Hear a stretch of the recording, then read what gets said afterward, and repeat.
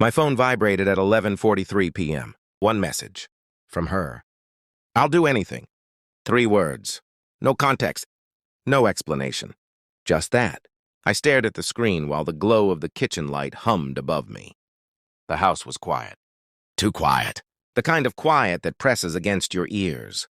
She was in the shower upstairs. I could hear the water running through the pipes. I'll do anything.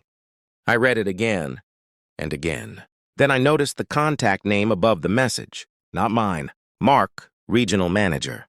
My thumb hovered over the phone. The message had appeared as a preview notification. Her phone sat on the counter beside the sink. She'd forgotten it when she rushed upstairs. A mistake. People make mistakes when they're desperate, and Claire had been desperate lately. 2 weeks ago, the company announced the promotion. 1 manager position. 4 candidates. She talked about it every night. I deserve this. I've worked harder than anyone. Mark makes the decision. Her voice echoed in my memory now. I'll do anything. The water upstairs shut off. Pipes creaked. Footsteps. I placed the phone exactly where it had been. Screen dark. Expression calm. She walked into the kitchen a minute later, hair damp, wrapped in a towel. Hey, she said softly. I smiled. Hey! Inside my chest, something had already started to crack. Slowly. Quietly. Like ice breaking under weight. The next morning, she mentioned the meeting. Casually. Too casually. Mark wants to discuss the promotion tonight, she said while pouring coffee. Just going over performance numbers. Her eyes didn't meet mine. I watched the steam curl from the mug. Tonight? Yeah, late. He's busy during the day. Late. Of course. Where? I asked. She hesitated. Just a small meeting spot near the highway. Not an office. Not a conference room. A meeting spot. I nodded slowly. Sounds important. She smiled. Relieved. That tiny flicker of relief told me everything. But suspicion isn't proof. And proof matters. I spent the afternoon thinking. Not reacting. Thinking. Claire had ambition. I always admired that about her. She hated being invisible at work. Hated being overlooked. But ambition changes shape when desperation touches it. By evening, she was dressed carefully. Too carefully for a numbers discussion. Black dress. Perfume she rarely wore. I watched from the doorway. You look nice, I said. It's just work. Of course. Just work. She left at 7:18 p.m. Her car disappeared down the street. I waited 10 minutes. Then I followed. The motel sat off the highway. One of those places designed for silence. Neon sign flickering. Half the parking lot empty. I stayed across the road, engine off. Claire's car was already there. So was Mark's. Black BMW. Regional managers do well. Room 214. I watched them walk inside together. She laughed at something he said. Her hand touched his arm. Small gesture. Loud message. Most people would confront them right there. Scream! Demand answers. But anger is loud. And loud people lose control. I prefer control. Earlier that afternoon, I had prepared something. A small camera. Cheap, precise, silent. When Claire left the house, I had already been ahead of her. Room 214 had a smoke detector. Smoke detectors are very easy to open, and very easy to hide things inside. By the time she arrived, the camera was already waiting, watching, recording. Time moved slowly in the parking lot. 40 minutes, then an hour. My phone connected to the camera feed. Grainy image, but clear enough. Mark's jacket on the chair. Claire's dress on the floor. Her voice. Soft, nervous. Are you sure this guarantees the promotion? Mark laughed. Relax. Then silence.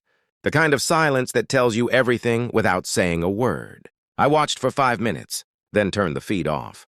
Evidence doesn't require suffering, just clarity. By midnight, I had everything. Video, audio, their conversation, her promise. I'll do anything. I sat in the car with the engine running, cold air pushing through the vents. My anger had already passed. What remained was calculation. Mark had a boss, a CEO, and Mark had something else, a pregnant wife. Some truths deserve a wider audience. The email took 12 minutes to write. Short. Professional. Subject line.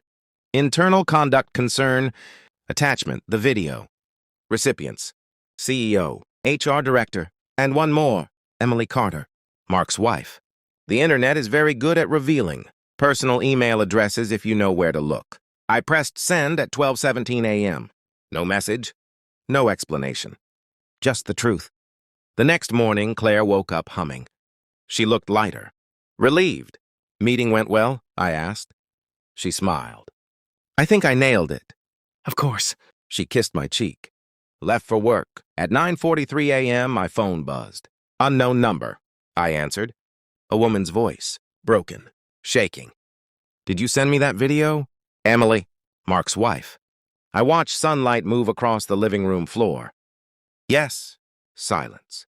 Then quiet crying. She hung up. I sat there for a while, waiting. At 11:02 a.m., the company parking lot camera feed appeared on the local news site. Someone had leaked it. Security dragging 2 people from the building. Mark and Claire, her hair messy, his tie hanging loose, their careers ending under fluorescent lights. Claire came home at 2:15 p.m. She looked like a ghost, eyes swollen, hands shaking. They fired me, she whispered.